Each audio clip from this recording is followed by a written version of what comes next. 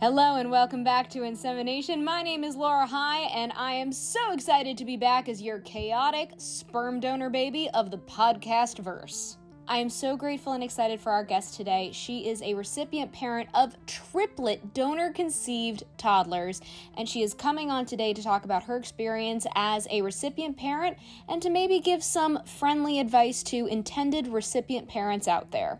And before we get started, I've got some amazing stand-up shows coming up. The 14th of July, I'm going to be in Rutherford, New Jersey. The 16th of July, I'm going to be in Washington, D.C., co-headlining with my amazing husband, Dave Colombo. And July 23rd, I will be co-producing Stand Up for Drag, a drag show, stand-up comedy extravaganza where we will be raising money for both Drag Story Hour and the Transformation Project. All ticket links are available in my website, www.laurahighfive.com. Now let's get to the episode. Welcome to Insemination, Jess Jackson. Thank you so much for joining me today. Thank you for having me. Thank you. I promise to try and not get distracted by looking at your puppies in the background. What are their names? They're hard. They're a distraction for sure. They're so cute. They are. What are their names? We've got Kaya, who is over here, and Kobe directly behind me. Oh, I love it. They're both blue heelers. Ooh, well, I've never heard. What's a blue heeler? Also known as an Australian cattle dog. Very I don't know if you've heard cool. either of those names. Australian, I've heard of like an Australian sheepdog. Is that like a similar thing? Similar. So there's Australian sheepdogs, there's Australian shepherds, and there's Australian cattle dogs. So they're all they're all herding breeds. Very cool. These guys don't know that they're supposed to be herding working dogs. They prefer to lay in the AC and sleep all day. They don't go play fetch for 5 minutes. Cool, I'm dying. I'm having a heart attack. It's time to take a nap. I feel that I have a pug and she sleeps.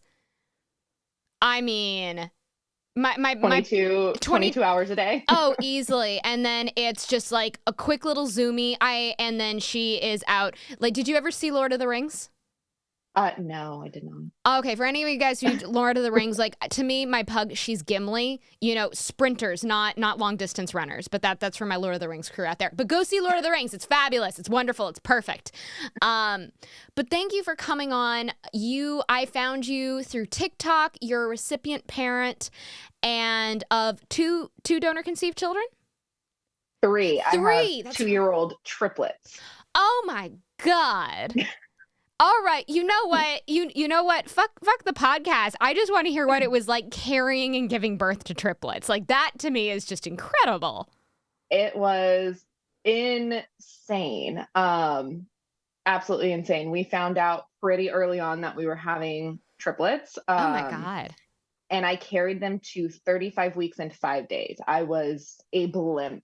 I could no longer walk. I literally, I had to shuffle my feet to get anywhere. Oh my God. What was the, sensation of, all three of them moving around? Like, could you feel all three moving? I absolutely could. And as they were getting bigger and kind of, settling into their, positions within my belly, we knew who was who when they were moving for the most part, which was really cool. As they got bigger, it did hurt more as they were moving. Oh God, I'm sure. Just because one was wedged down in my pelvis, his head was just he was born with a flat spot because he had no more room. So he was in a helmet for 7 months because they had to round out his little noggin. And I had one wedged up in my rib cage sideways, so he would kick me in the ribs all the time. So yeah, it was, as they got bigger, it got painful. But they were born very, very healthy. No medical issues of any sort. 35 weeks, 5 days. The only reason I couldn't go to 36 weeks or more is in the US, they won't let you. It's no longer safe to carry triplets past 36 weeks. Okay. Because they just run out of space. And I make very big babies. So they were born at, baby A was 5 pounds, 11 ounces. Okay. Baby B was 6 pounds, 1 ounce. And baby C was 5 pounds, 9 ounces. Wow. Oh my God, I can't imagine. I mean, I alone was 6 pounds, 10 ounces. So just imagining oh my God. Almost 3 of you. Yeah. Oh my God. Yeah, you were a total oh my goodness. Yes, and they're all fraternal, so they each had their own sac with their own set of fluid and their own placenta as well.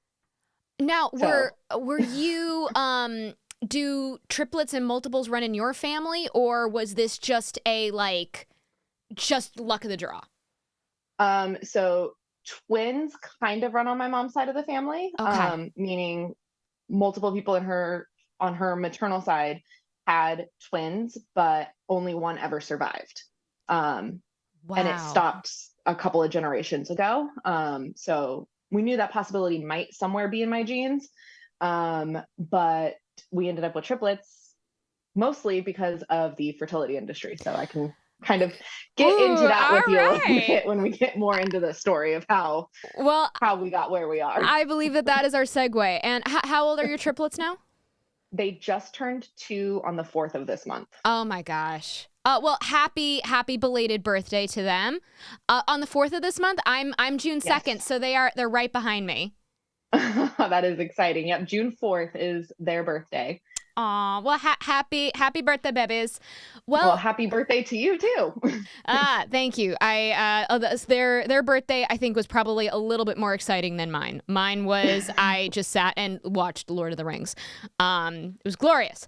But so you have donor conceived children, and I would love to start from the beginning as to your journey with you and your wife on why you decided to do donor conception and your how it kind of all sort of started for you, like how it basically like how you did, we're looking at the banks, the clinics, and all the procedures because it's so complicated.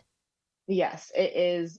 It is very complicated. There's a lot that goes into it. I mean, to answer the first question, we are a 2 mom family, both genetically female. So obviously, if we want to have kids, we got to go the donor route of somehow, or Hmm. there's the adoption process. But I really wanted to carry children. I wanted to have a baby. Hmm. My wife very much does not, never wants to experience that. She loves being a woman, but she never, ever, ever had any desire to be pregnant. That part of being a uterus carrier was just like, I'm good. Tap out. That's where it stops. Yeah. That's where it stops. I She's like, you could take the uterus. I don't need it. Like, I don't want to utilize it in any way. So just get rid of it. as somebody who hopes to be pregnant in the near future, I totally understand that though, because it is, yeah, I get it. It's a big thing. I understand that. Okay. It is. Yeah. So choosing which one of us was going to get pregnant was very easy. Like we had, I think, one discussion about it, like Hmm. early on into dating, of like when we started kind of realizing like this could be potentially something long term. Like we need to make sure before we start diving into more serious relationship with each other, we got to make sure like we align in other aspects as well. Yeah. So we knew that we both wanted to have children, so that was something we've always known. We knew that being a same-sex couple, having children is way easier if you are already married prior to conception. Hmm. Um, so like in the state of California, we still had to do a second parent adoption. She still had to legally adopt our children, but being married made it super simple.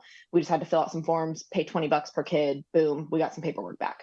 Okay. If you're not married, there's a whole nother process to it. You have to do like actual home studies. It's thousands of dollars, lawyers, caseworkers, Oh my God. all of that. It's a full blown adoption at that point if you're not married by the time of the birth. Whoa. Okay. That's so Yes. good thing everybody for everybody to sort of hear is understand your state laws, because because you're Yes. talking about California, every state is different with this. Really understand those state laws so that you understand the full complexity of this. Oh Yes. wow. Okay, that's Yes. okay. Yeah. Wow. You have to be married at the time of the birth and married at the time that you file for the second parent adoption in order to do, they call it the simplified process. Okay. And it's not even called a second parent adoption. It's considered a step parent adoption still at this point. Okay. Um, which is, the wording's a little funny, but it still ensures all of her parental rights. So that's Hmm. fine. But it ends up just simplifying the process being a same sex couple. So we had plans from the time that we like started talking about getting engaged. We knew we wanted to get engaged, get married, sort of roughly around the time frame, and we wanted to have kids pretty quickly because I Hmm. wanted to give birth to at least one kid, our first child, before I was 30. Um, We ended up with 3. You were extraordinarily... So we ended up getting married in the middle of the COVID pandemic. Love it. Yep. We got married July 24th of 2020, and our kids were born June 4th of 2021. Oh my goodness. Well, happy early anniversary, because that's just right around the corner. Thank you.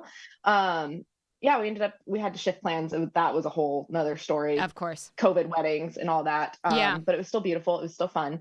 We didn't tell any of our family at all that we were deciding to have children, because we were like, you know what? If we were a straight couple, they wouldn't be like, I mean, maybe they would ask us, but they wouldn't want to be as involved as we knew both of our families would try to be during this process. So you really, you know what? I totally understand why you were like, we really want family opinions to be like not in there. Like, this needs to just be from us. I understand that, because I can understand how family opinions, especially when it comes to this, could be complicated. Yes. I can understand that. It could be very complicated. My family's a little bit more hands-off. My in-laws are a little bit more hands-on. Mm-hmm.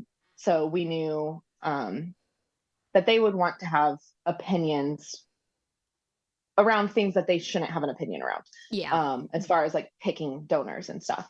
Yeah, that is none of their business. No, they don't get to help.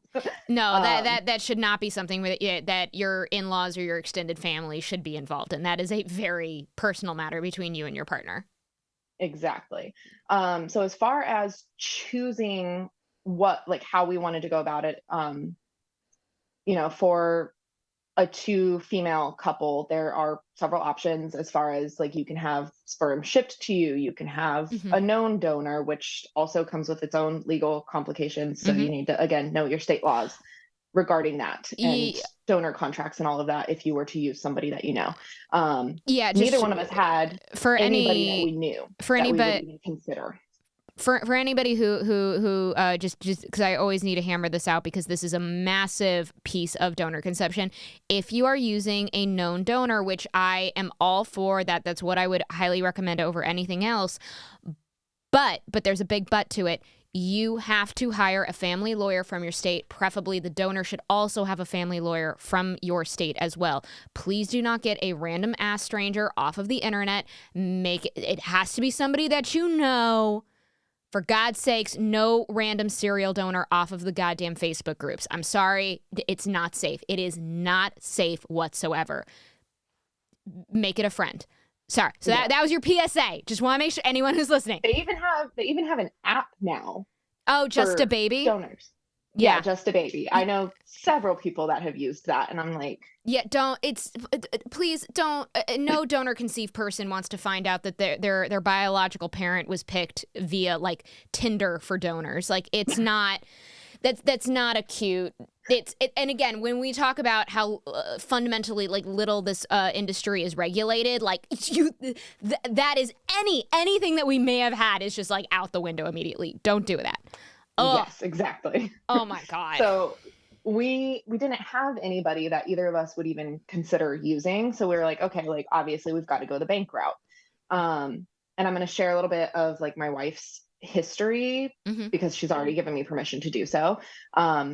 We both were married previously before we got married to each other. Her and her ex-wife had already gone through this process. Unfortunately, baby did not make it. I'm so sorry. Yeah. So she already kind of had an experience in this realm of the world. Okay. So she already had a clinic that she had gone to previously. She really liked them. They were really nice. They were very like professional. And she was like, like the overall vibe was really good. I really liked them. Like, we could go check them out together. They've got like an in-house bank, but we didn't want to just like limit our selection to one bank necessarily. So we spent months, and I mean like probably close to a year, scouting different banks, searching different donors. And like things that we were looking for is like, if we were a heterosexual couple, the baby would be made of me and her. So we were really looking for a donor that reflected her. So somebody that, had similar genetic makeup of some sort to her, similar race, ethnicity, hair color, eye color, that sort of thing. Yeah, that's very typical of recipient parents. So many people are like, oh, parents are looking for that, absolute perfect donor. And I'm like, almost every recipient parent I talk to, they just are looking for somebody who is matching the non-genetic parent. That's usually what it is. It's that's typically always, and I don't think that the banks really think that way. Or the clinics really think that way. You need a diverse group of donors to match the non-genetic parent. Exactly. Yeah. 100%. And they definitely don't have that. That's something we noticed when we started looking. We're like, it's odd. Oh, yeah. To anybody who, you can see the active donor profiles like on any like cryobank list. I beg everybody to go look because you will immediately see the lack of diversity. It's so apparent. Yep. Yes, it is. Like even there's drop-down menus. If you just click any person of color, ethnicity, you're going to get like 3 results. Yeah. Yeah, it's not good. Oh, yeah. I mean, obviously, my wife, as I've already said, my wife is white. So we had a lot of options to find somebody that kind of resembled her in some way. And we also kind of wanted, like, a lot of the profiles, like, will tell you what the donor has reported, their, like, background, their hobbies, their interests, their personality, traits like that. And we wanted to find somebody that kind of just reflected, like, our view on life, too. Like, just to kind of have a comfort, I guess, sort of. Yeah. Kind of like we felt more like we knew them, even though we obviously don't. And we ended up finding a donor that actually was through the bank, through the clinic that we were going to. So that did actually simplify our process. We didn't have to pay to ship sperm in from another clinic. Great. Which saves us money because it's not cheap. I mean, if you don't mind me asking, how many straws did you end up buying? So because we used through the in-house bank through the clinic we were going through, we asked like upfront, like, how many vials do you have from this specific donor? And they had plenty on hand. So we were like, you know what, like, let's just, and they have the option to purchase just one at a time as you go through the process because they had so many on hand. We didn't have to actually buy and bank any. Okay. And we got pregnant on the second try. So we only had to buy 2 vials. But because it was in-house, it was a very simple exchange between bank and clinic. So that's how we kind of went about choosing a donor. We looked at banks like all across the US, though, like so many different banks. I can't even remember all of them. And I don't know if I'm allowed to say any of the names at all. I mean, you absolutely are. You're totally about to say, yeah. I know that we looked at, obviously, one of the big ones, California Cryobank. Yeah. It's one of the main ones that's ever talked about with like queer couples, especially. It's mentioned in like TV shows and movies. Like it's a big one. So we obviously looked at them. We knew friends that had used them. We looked at Seattle Sperm Bank. We looked at, I can't remember the name of it, but I know it was on the East Coast, I want to say. On the East? I can't remember the name of it. Fairfax?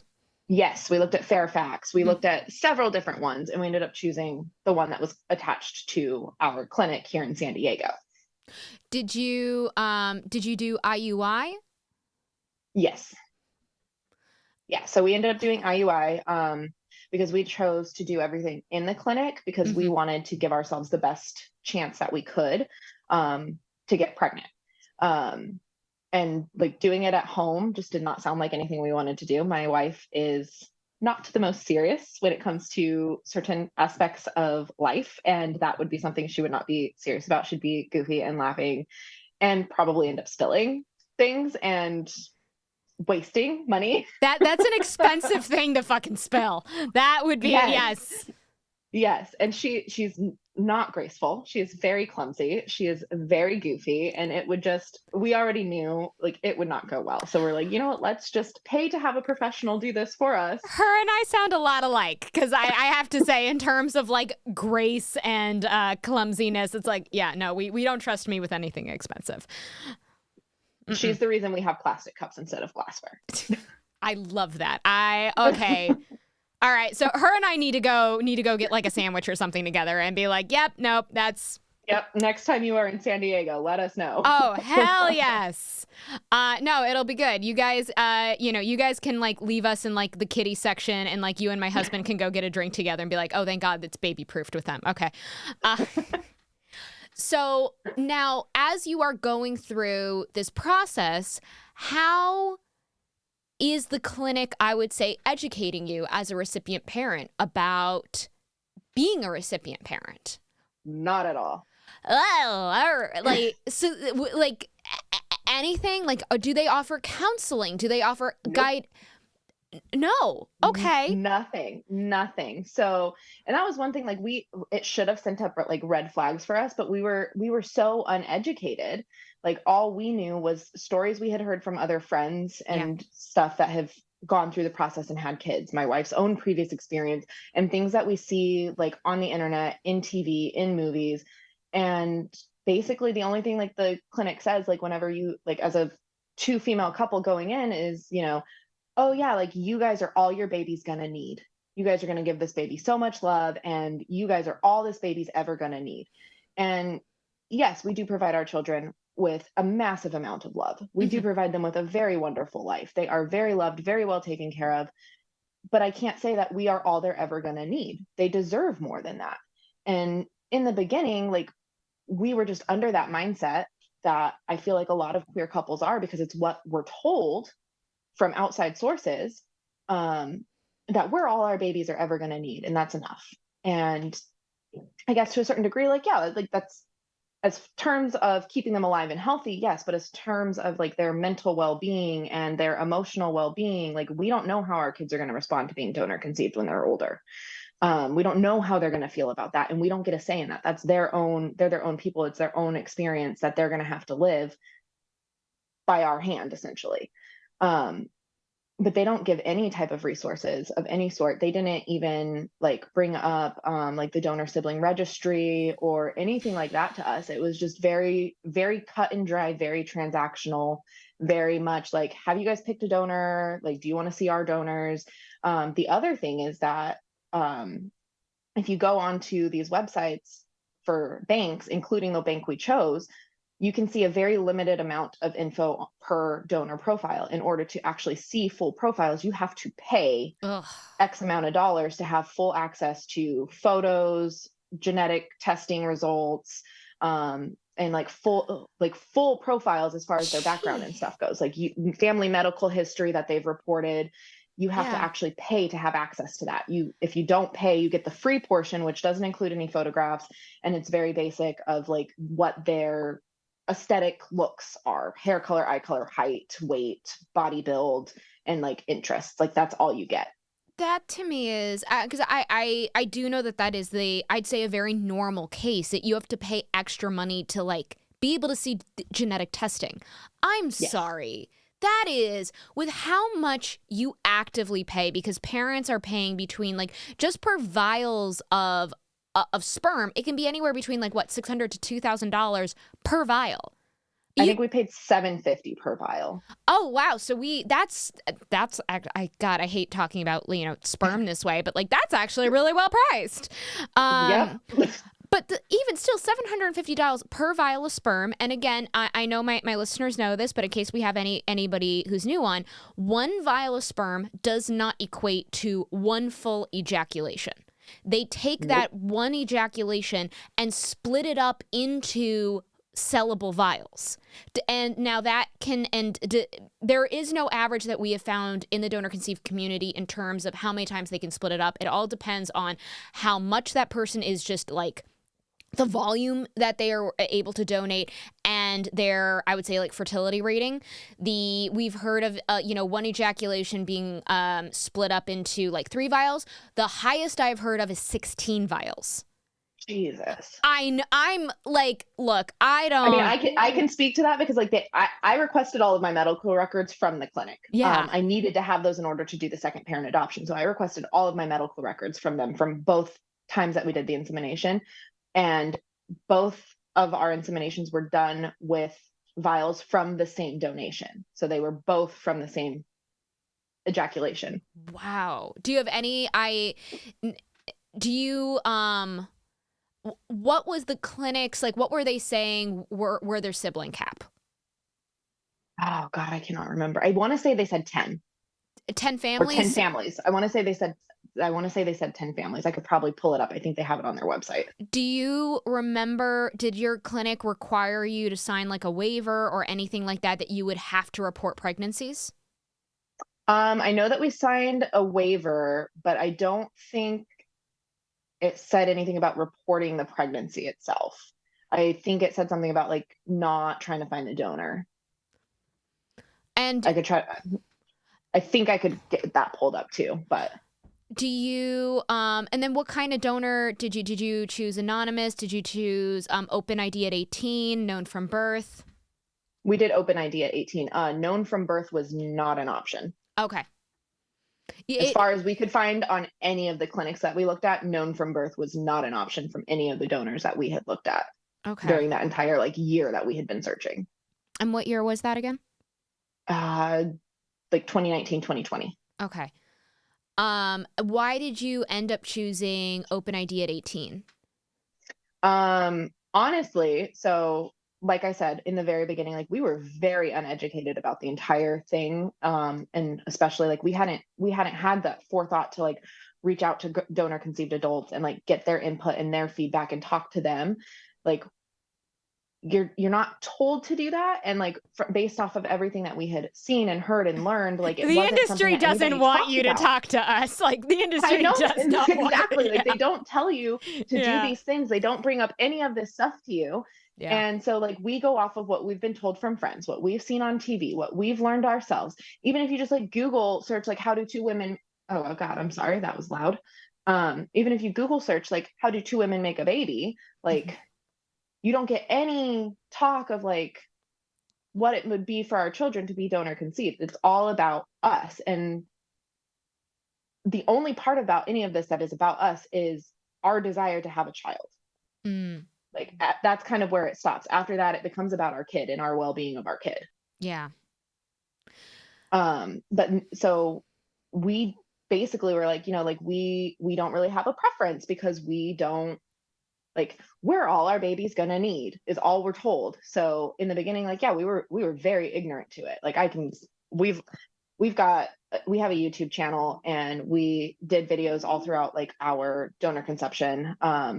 And after our kids were born, is when we kind of started like educating ourselves. So we even did like an apology video, essentially talking about like how we as recipient parents messed up and failed to educate ourselves. But like we weren't given resources. And so we thought we were educated. We thought we had done this and we hadn't. And I want to say, because I want like every recipient parent to know this, because I get messages all the time saying like, holy shit, I screwed up. Oh my God, I've already traumatized my child. I had an anonymous donor. I didn't know very much like what you're saying. And I, as a donor conceived person, I don't speak for my entire community, but I will certainly speak for myself. I'm very aware that the clinics and cryobanks are so not helpful. They actively do not want you to be educated. And I understand why you made the choices that you did. The information, right now, donor conceived people are literally, we are just starting to become extremely public now and talking. Yeah. And we are actively trying really hard to make this information as available as possible right now. And I do want recipient parents who feel like they messed up. I want you, I want your wife, I want everyone, cut yourself some slack. I understand what happened. And the fact that you all, you know, who are in my inbox and you and your wife who are clearly trying to like go, shit, all right, how do we fix this? How do we move forward? That to me is what matters. That to me is what matters, is what happens when you get the new information. We all screw up. We all mess up. How you react to the mess up is who defines you as a person.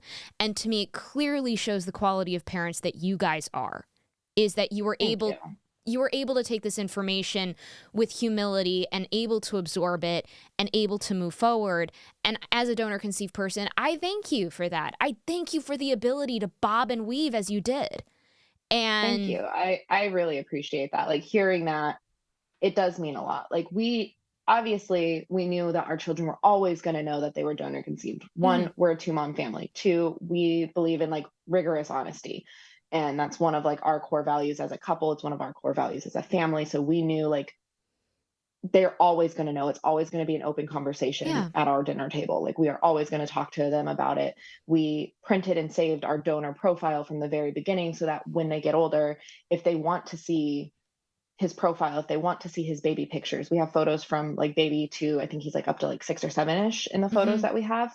Like they have access to that. Like we knew we were going to give them whatever we possibly could, and that still stands true.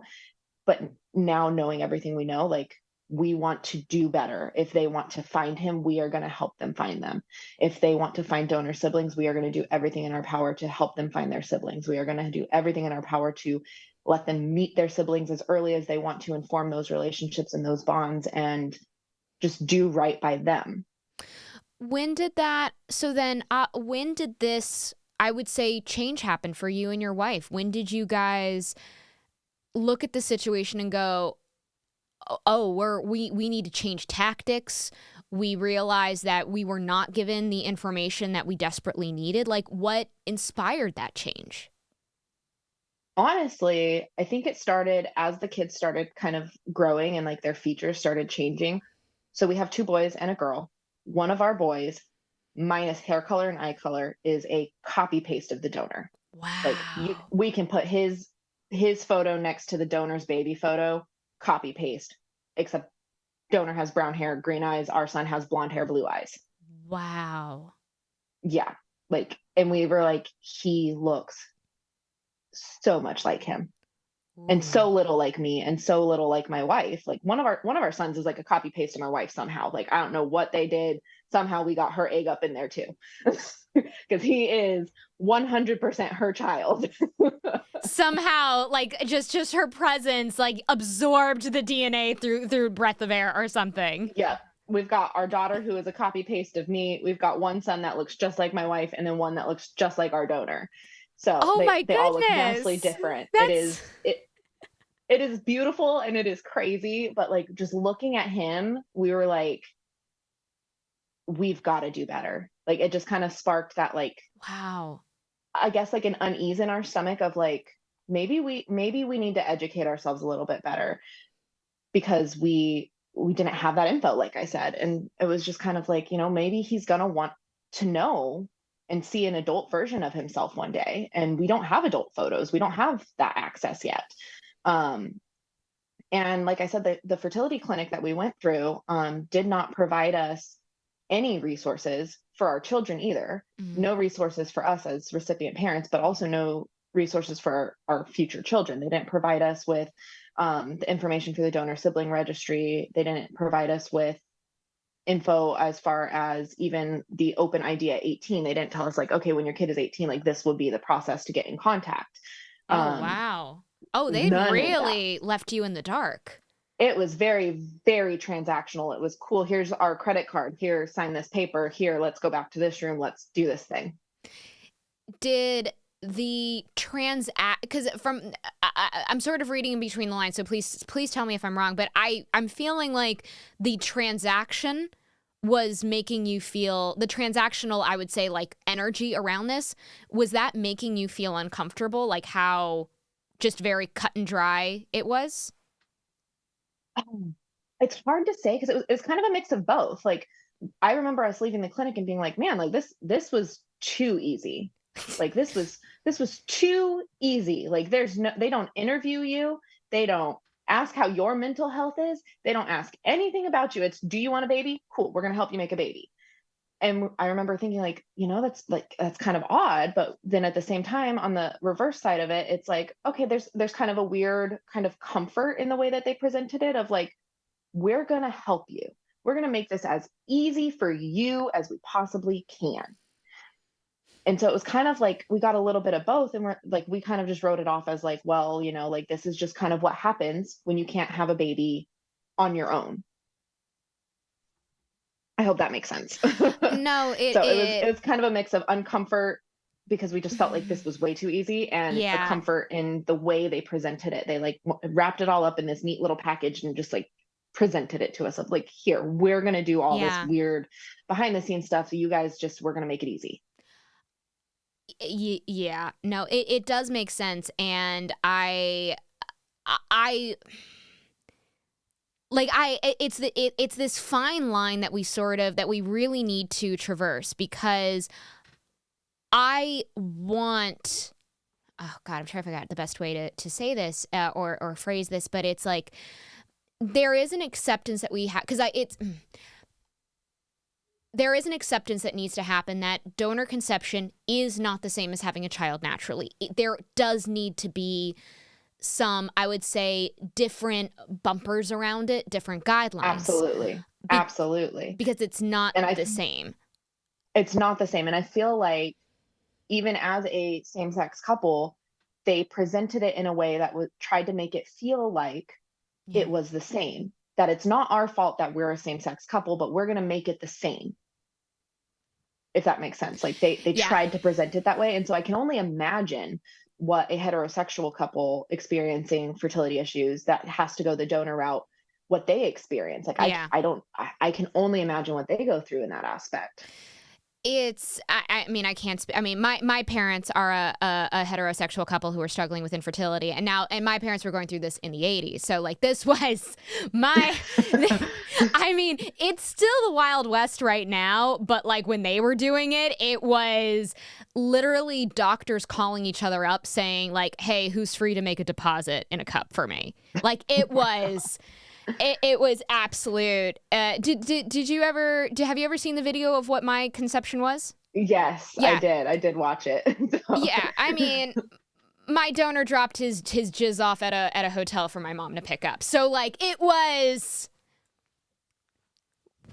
I mean, it was like I'm trying to think of the right terminology, but it's basically like back alley. Feeling. I sort of joke that I'm like black market sperm, and it was like there's more regulations in cage fighting, for crying out loud. But it is, and obviously, like you and your wife are wonderful, amazing people, and the reason why I personally think that there needs to be some bumpers and some safety measures and some regulations when it comes to donor conception. And it's like, and I can appreciate why the clinic was like, we want to make this as easy as possible for you. We want this, like, as a same-sex couple, it is absolutely your right to try and have a child just as easily as a heterosexual couple can, without us. And I fully appreciate that. The issue that I personally know just from talking to donor conceived people is, as you said, it felt weird that there should have been more. There wasn't an interview. There wasn't a double check to make sure that we are who we say we are. And what ends up happening, and we do know this, is there are bad people who take advantage of donor conception. Yes. And that in therefore lies the problem. Donor conception basically is this, all you need is money. That's it. There's no kind of background check. There's nothing to double check you in the United States. So donor conception for somebody who has a malicious intent is essentially a very simple route on how to, it is baby designer, human trafficking. It allows that. Yes. It makes it very easy. Yes. For that too. And it can allow people to create babies with very malicious intent very, very simply and easily.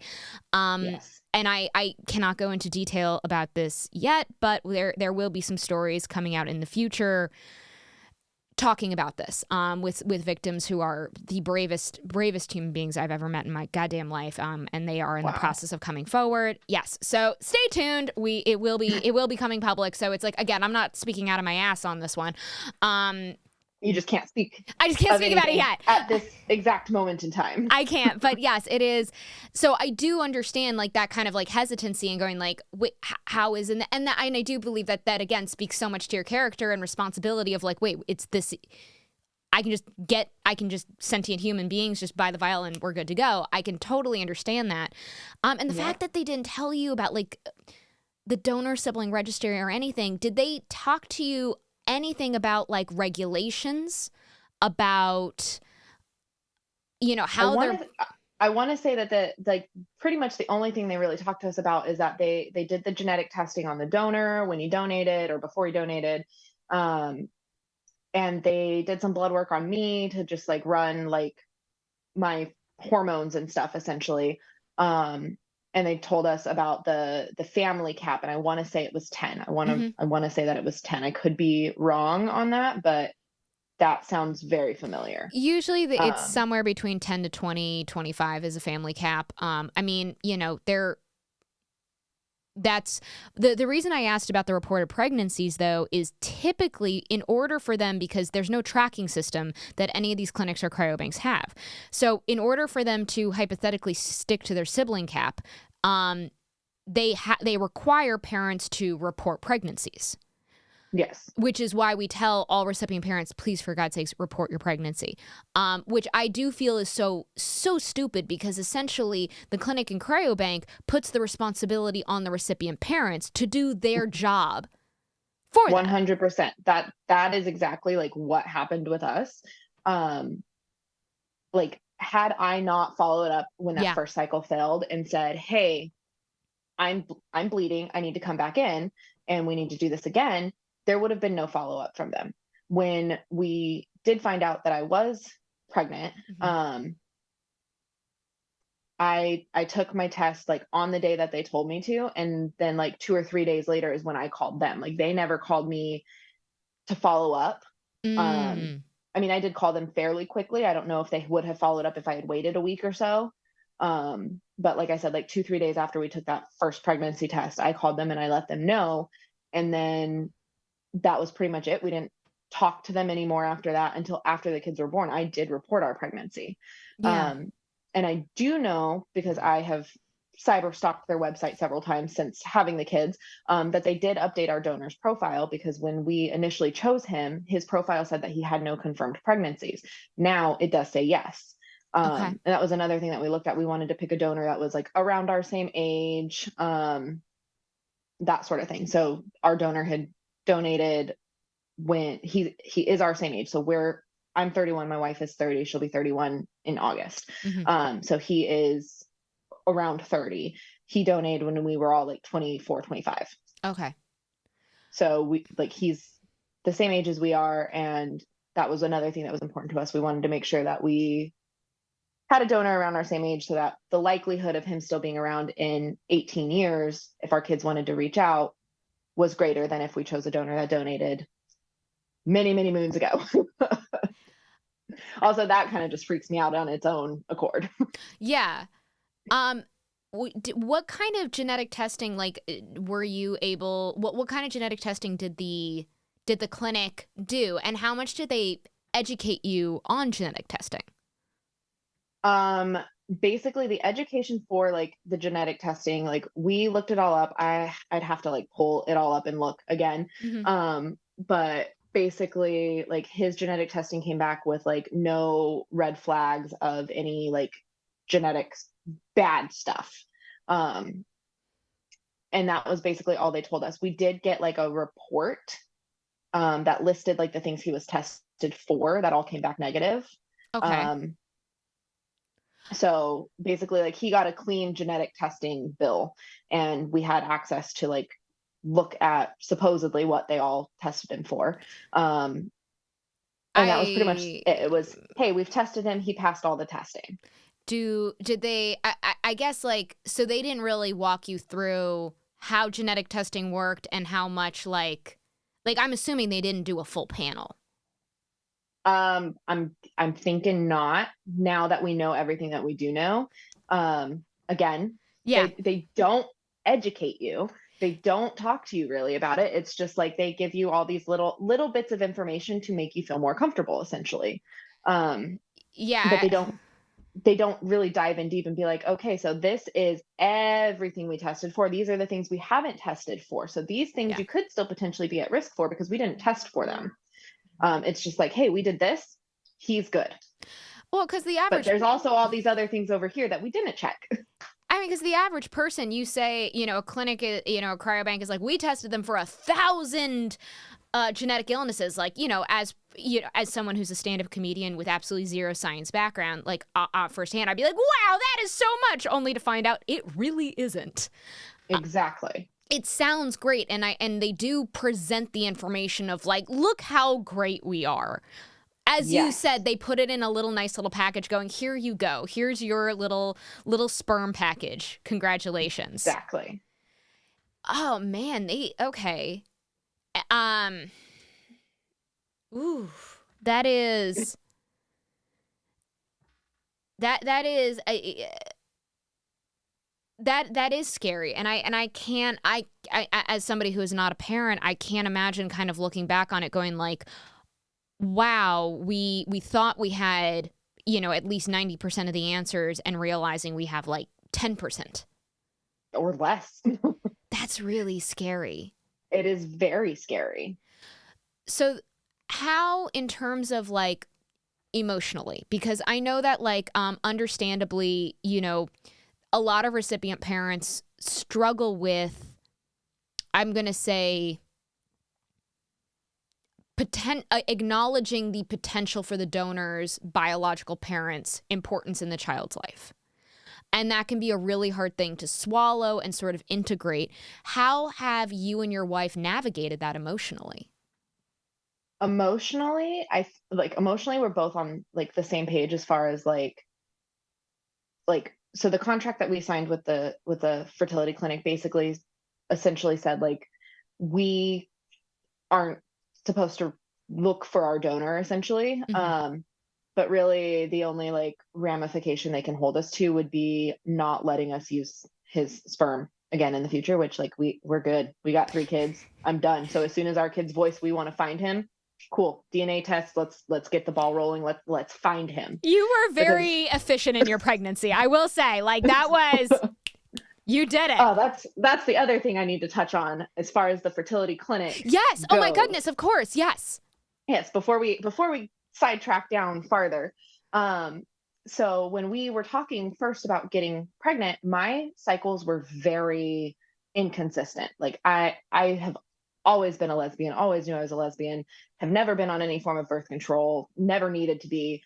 So I never really tracked my cycle until it came time to start tracking my cycle. And I found that sometimes I knew like I would skip a month or 2 and it was like never a big deal. Like it was whatever. Sometimes I'd be like, yes, cool. I don't have a period this month. Awesome. But then I realized like, okay, like I need to actually pay attention. And I found that my cycles were anywhere from like 15 days to like, I think the longest was like 54 days or something crazy. Yo, me too. I had similar issues as well. Yeah. And so I was like, okay, well, that's a little weird. So we did all my blood work and stuff. And they're like, yeah, like all of your numbers look great. Like we need to track your ovulation and this and that. So I started tracking, and like for the most part, like I was ovulating every time I had a period, just my cycles were really off. And so the clinic again presented a shiny little box for us and was like, well, we have some medications that can help us ensure that you're going to get pregnant faster, and it will also like regulate your period a little bit better. I'm so curious because I'm on medication right now and I want to know what the hell you were on, because now I'm just like, oh shit. Because I was diagnosed with a benign tumor on my pituitary gland. So my prolactin was like skyrocketing. So they put me on carbergoline. And I've now been on that for like 1.5 years, and I'm going to be on it for another 1.5 years to hopefully, because the tumor's gone, and now they're hopefully just trying to jumpstart my my hormones so that it starts working better. But now I'm just like, oh shit, what the fuck did they put you on? So they put me on Clomid, Clomid. All right, we're writing first. that down. Okay, Clomid. Good to know. All right. Yep. Okay. So Clomid was a pill that I had to take. And basically what that does is it like stimulates your follicles to produce eggs, Okay. essentially. Um, and they were like, yeah, like, like there is a risk of having multiples, but everything has to be so magically perfect in order for that to happen that like that's probably not going to happen. But it will help ensure that you're ovulating and that you ovulate really strongly and that your chances of getting pregnant faster are better. And then of course they follow up with that, but it's up to you. But we can do this. We can give you these medications. So now looking back on it, it kind of makes me go, do you guys get some type of like kickback for how many meds you push? Because I also know of another 2-mom family, went to the same clinic, also did the same route we did with they call it medically assisted IUI or something. And they also have triplets and they live here in San Diego. Oh my God. Yes, we got connected through a triplet Facebook group. And they did the same thing. They did Clomid. And then the day before you go in for your insemination, you do a shot called Avidrel, and it basically like forces you to ovulate.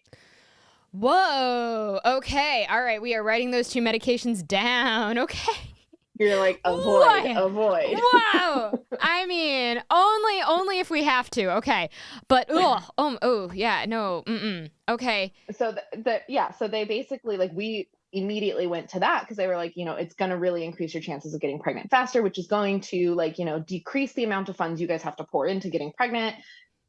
There's that small chance that you could get multiples, but this is going to increase your chances of getting pregnant faster. We're trying to save you money. We're trying to help you.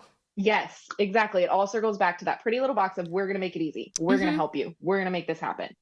And so, yeah, so first cycle, like they do ultrasounds to make sure that you're not ovulating like 8 eggs at one time. The limit that they would let me have was 4 follicles ready to ovulate. Okay.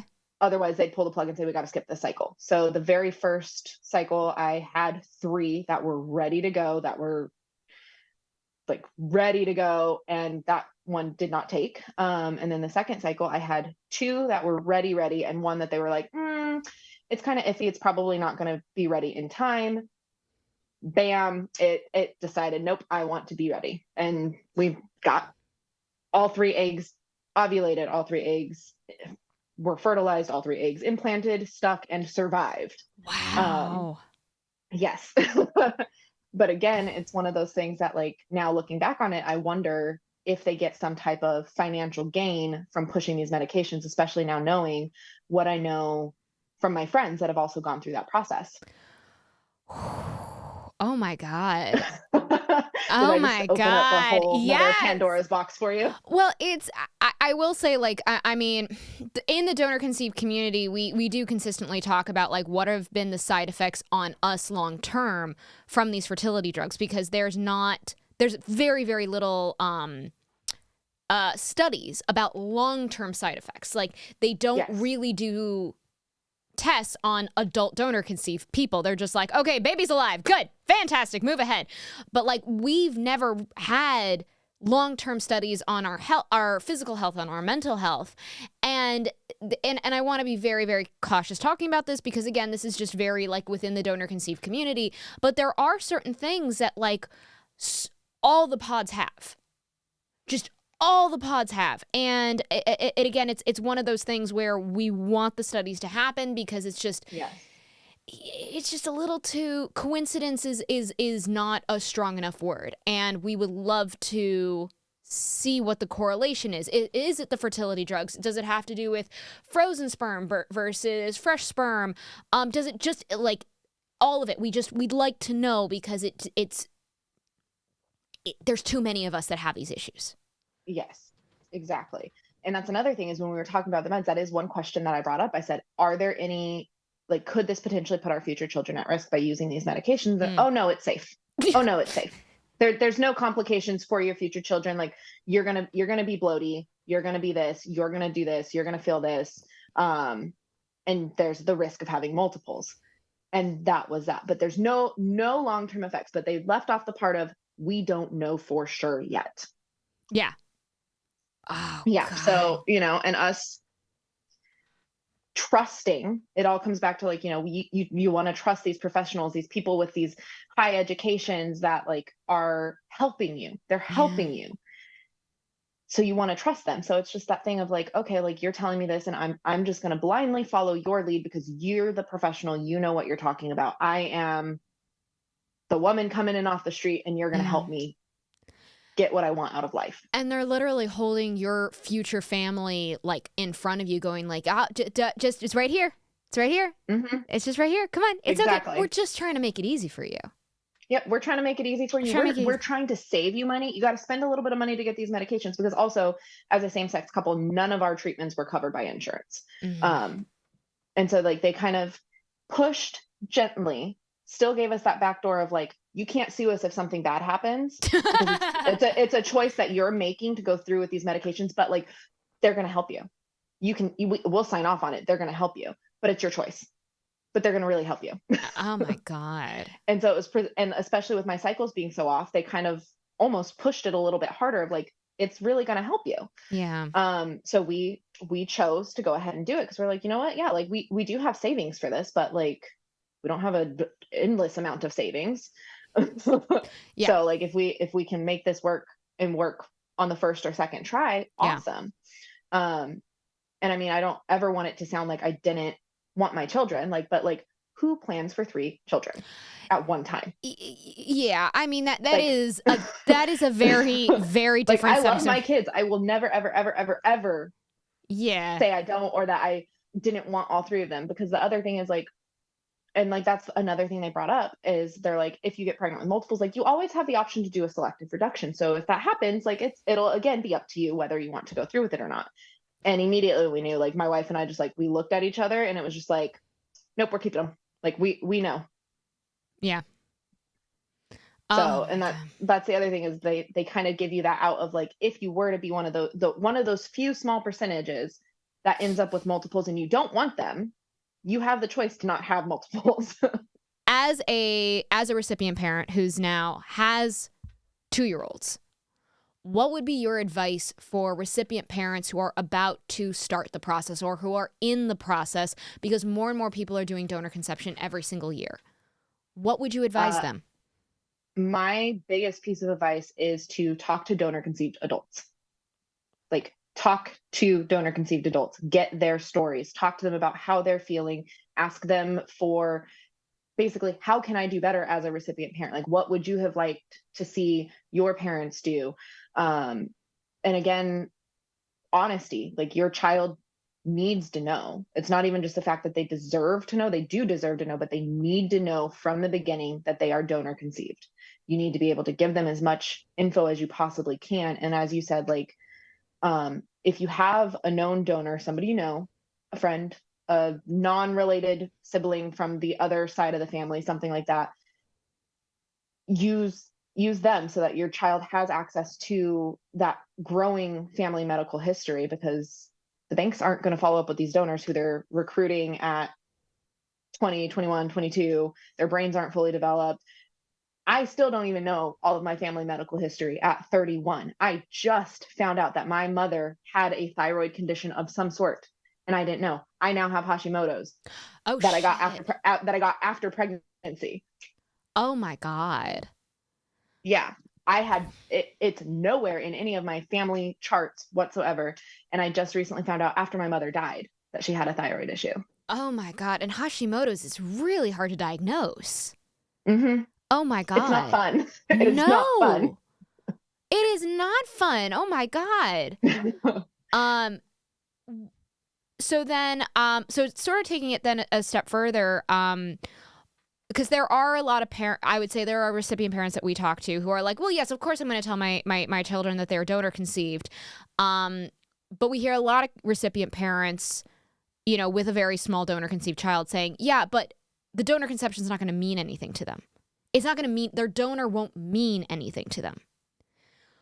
How, as a recipient parent, how would you talk to a fellow recipient parent to maybe guide them into a more, I would say, into the more like emotional space that you and your wife are in? Ooh, I can actually kind of use a recent experience that I've had. I had I love a it. friend. I have a friend who, her and her husband is female to male transgender. So they used a known donor. Their child is now 4 and is started kind of realizing that like boys and girls have different parts and knows daddy was born with girl parts. And so she the mom reached out to me and was like, hey, like I know you guys obviously did donor conception too, like what was your story? Like now he's really starting to kind of put 2 and 2 together at 4 years old that like he didn't necessarily come from the 2 of us. Mm. And their plan, she was very upfront with me, their plan was to lie to their child and tell him that they used an anonymous donor and that their donor doesn't matter. And I had to really tell her, like, I encouraged her to reach out to donor conceived adults. I was like, I told her to follow you on TikTok. I was like, you Oh, thank you. need to educate yourself better so that you can advocate for your son. Even though you guys used a known donor, like your son may want to know him. You guys live in the same town. Yeah. That donor could have another child in the next year or 2 that your son could potentially end up dating growing up. And you're going to have to face that because you're going to know, but your son's not going to know. Yeah. So what is that going to look like for you? Like at that point, are you just going to be like, you can't date this person because we don't like them? Like, no, you want to, like, is that the kind of example you want to set for your child? Is not being honest from the start. I was like, I get like you guys, like he obviously knows that like he isn't genetically made up of his mom and his dad. He's his mom and somebody else.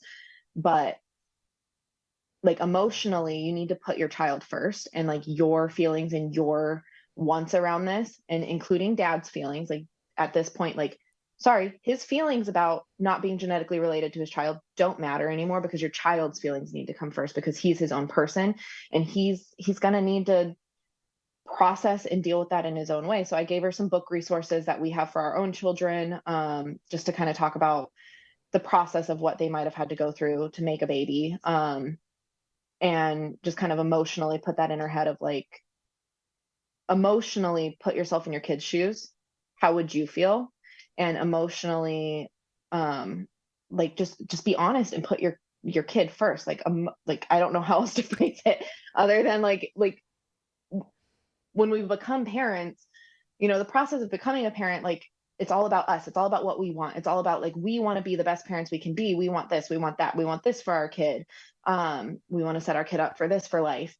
But it really hits you once that kid is born and you look them in the face, that as their parent, it is your job to do the absolute best you can by your child, regardless of how your feelings are. So even if I had no desire to ever seek out our donor whatsoever, if my children wanted to, it is my responsibility as their parent to help them fill in those gaps, which now like my view on that has changed. Like I would love to be able to shake his hand one day and say, you know, like, thank you. Yeah. Thank you for this thing that you did back when you were 24. Like you gave me these 3 beautiful children and you didn't know it.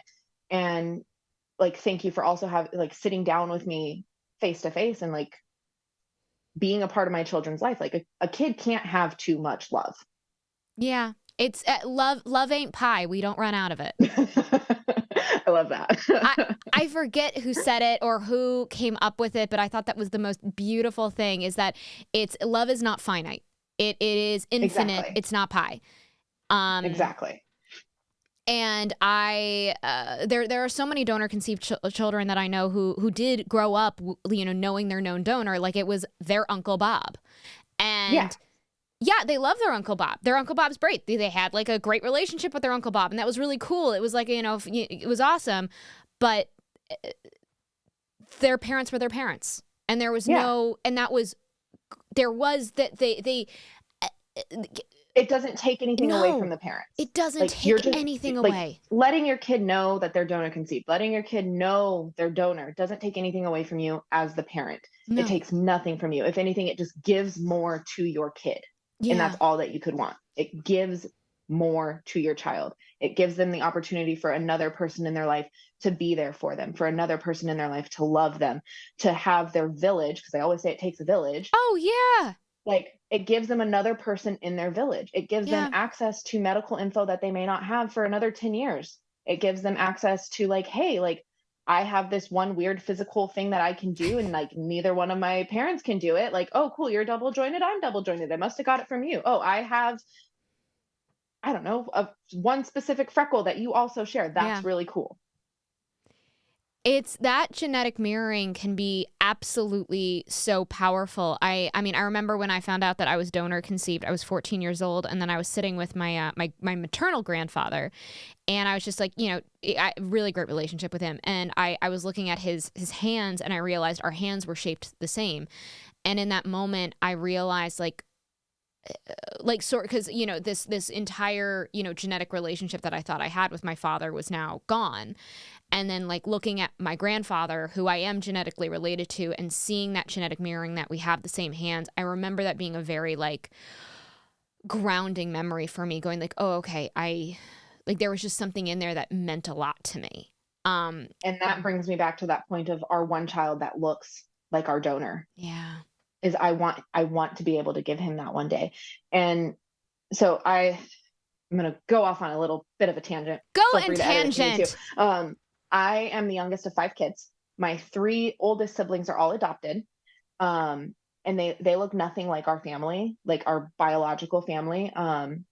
And that was also part of what fueled my desire to help our kids. Is one of my older sisters decided to take an ancestry test kit to see if she could locate any of her biological family.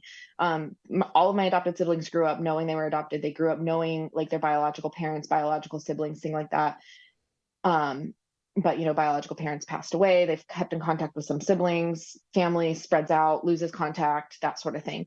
And for one of my sisters, I know that she really struggled with like not having anybody in the family that looked like her, and not having anybody that like related to her in a lot of ways. She is blonde hair, blue eyed, and very fair skinned.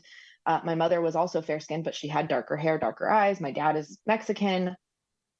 Like we grew up speaking Spanish. Like she didn't have that physical relation to anybody in our family. She didn't have that reflected back to her in any way. She is biologically related to my brother. They're bio siblings and adopted together, but they still don't even like mirror each other. They don't look like they're related. So she really was missing that aspect. And then after I had my children, she also has a lot of features of my blonde hair, blue eyed boy.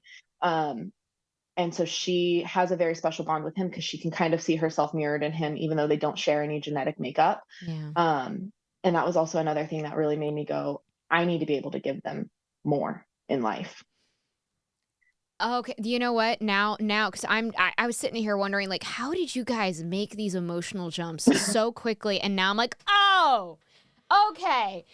Now I'm like, oh my gosh, because I'm like that. Okay, now that I understand, yeah, because there were so many different ways in which that you were. That it came about for us. Yeah. Like Okay. I have adopted siblings that have no genetic tie to any of us. And growing up, it was never like, it was always talked about. Like they went back home to Oklahoma and visited their biological families and stuff. And so it was never something that was not talked about or was secretive in any way. Like my mom adopted them first. My mom actually used to babysit them, and then ended up having to adopt them because of other outside circumstances, and adopted them before she ever met my dad. So my dad didn't know them until I think the youngest of the 3 was 7. Oh, wow. And then he adopted them after my mom and dad got married. But like they had visited their biological family. They had relationships with their biological siblings. I've met some of their biological siblings.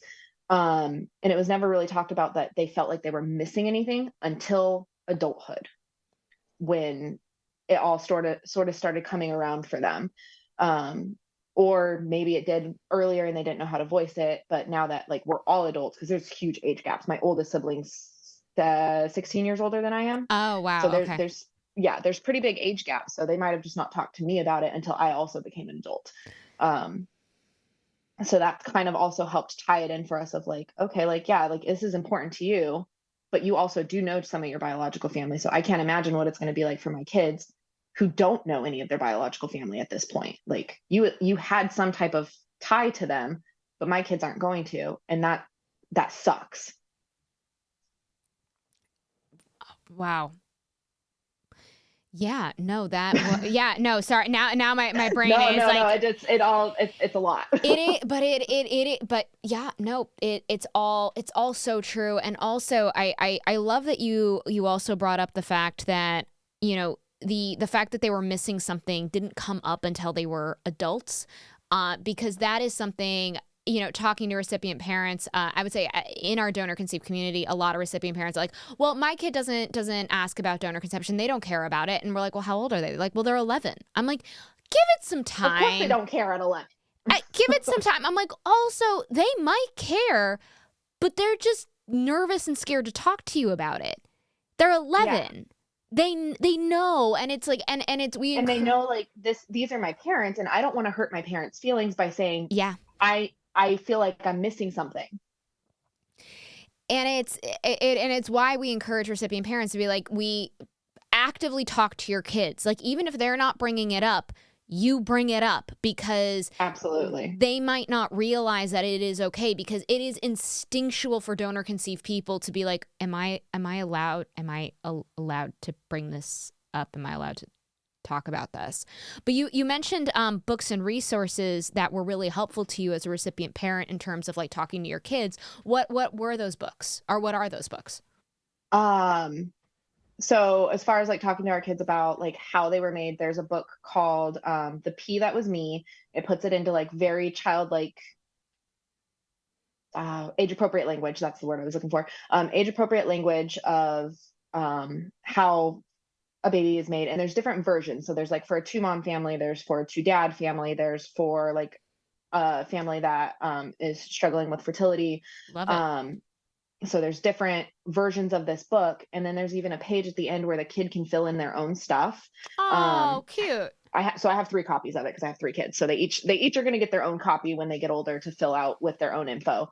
I should have grabbed it, but I think like there's a part that they can fill in like what they know about their donor and what they know about us and like what traits they've gotten from each of us. I want to say, don't quote me on that. I'd have to actually go look at the book.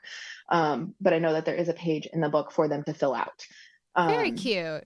And then another one that is, it's called How a Baby's Made, or How to Make a Baby. And it's very cartoony, very bright, very colorful. And it uses very gender neutral terms. It just talks about like, some people have uteruses and some people have sperm, and you need a sperm and a uterus in order to make a baby. And some people that have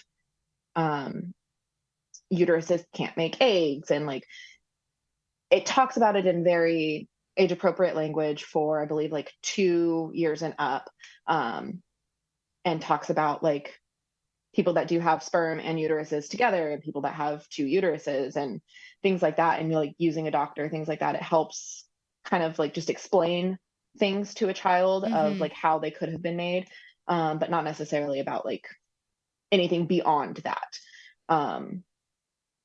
Those are 2 of the books that we do have for our kids to like read. And like I said, like, it's an open conversation in our house with them. And maybe you can tell me if this is an inappropriate joke for us to make to our children. But sometimes we can love it. Let's hit it. We refer to our donor as Seed Man.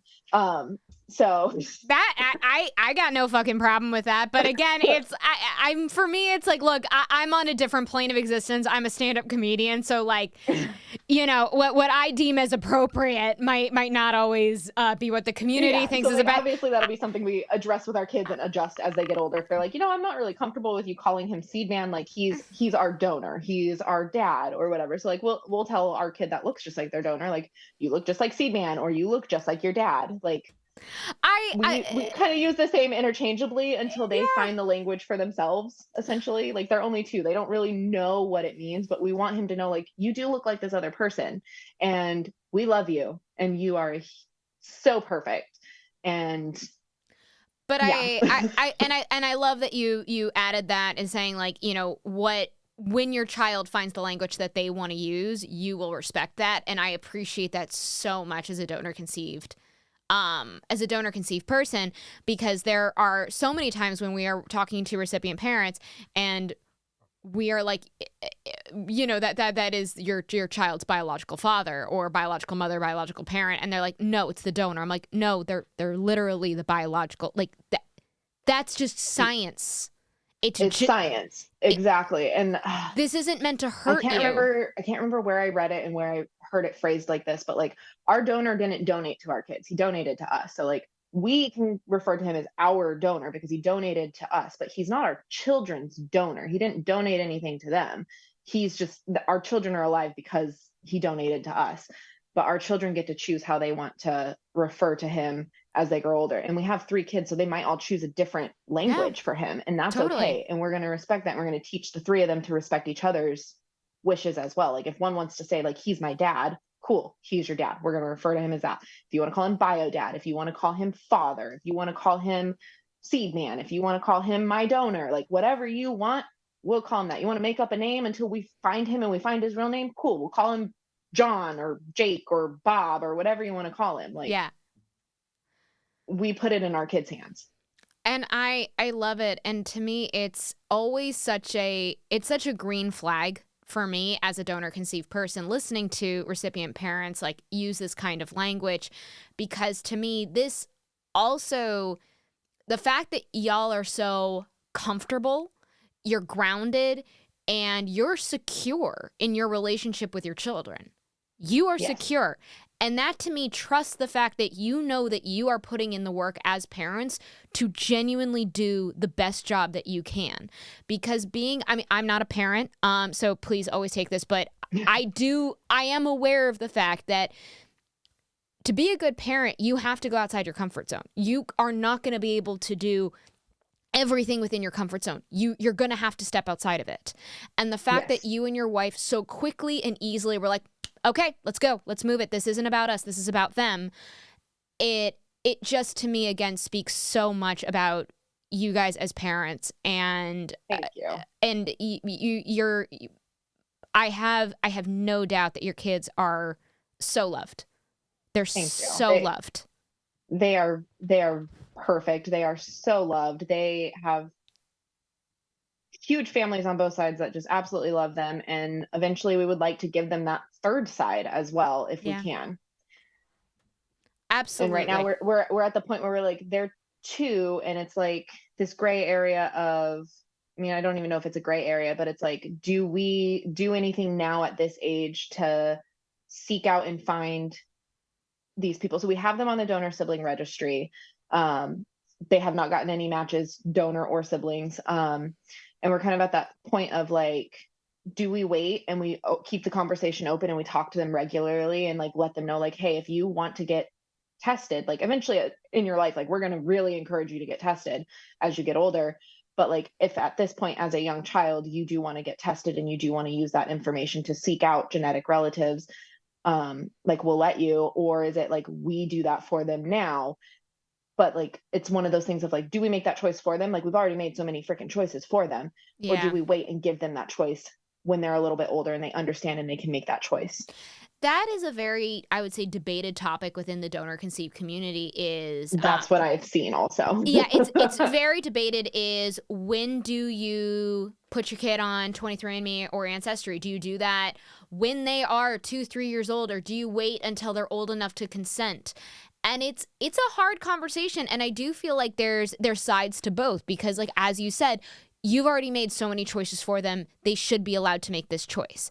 But on the flip side of it, the sooner you're able to connect with biological family, the sooner you're able to get an updated medical history, hypothetically. Exactly. And it's tough. And I will say, like, I don't really know. I get asked that question all the time, and I'm like, that's where we're at with we don't know. And then somebody once phrased it to me, in one of the like groups of people that I've talked to, phrased it to me of like, essentially it would sort of be the same as if I just like, if they didn't want to have any contact with somebody from my own genetic family or from my wife's family, if they were like, you know what, I don't want to have contact with this person anymore. Okay, cool. You don't have to have contact with them anymore. But then at least we had that presented to them at an early age. It's easier for them at a young age to form a relationship with somebody if they like, and to grow into it versus being an awkward 12, 13-year-old going to meet a sibling that's around the same age and being like, I'm so awkward and I'm at a really awkward age and I don't know how to do this, versus having just grown up together and known each other. Yeah. And then later on decide, you know what? I'm glad that I know you, but I don't really want to have a deep relationship with you anymore. Yeah. And it's sort of the same as if it came from my genetic family or my wife's family, like I said. And like, I wouldn't force them to have contact with that person. So I wouldn't force them to have contact with anybody in their Yeah. biological family either. And so I'm like, okay, maybe it is time to go ahead and do that. So it's one of those things, like you said, it's heavily debated, and there's pros Heavily and cons to debated. both sides.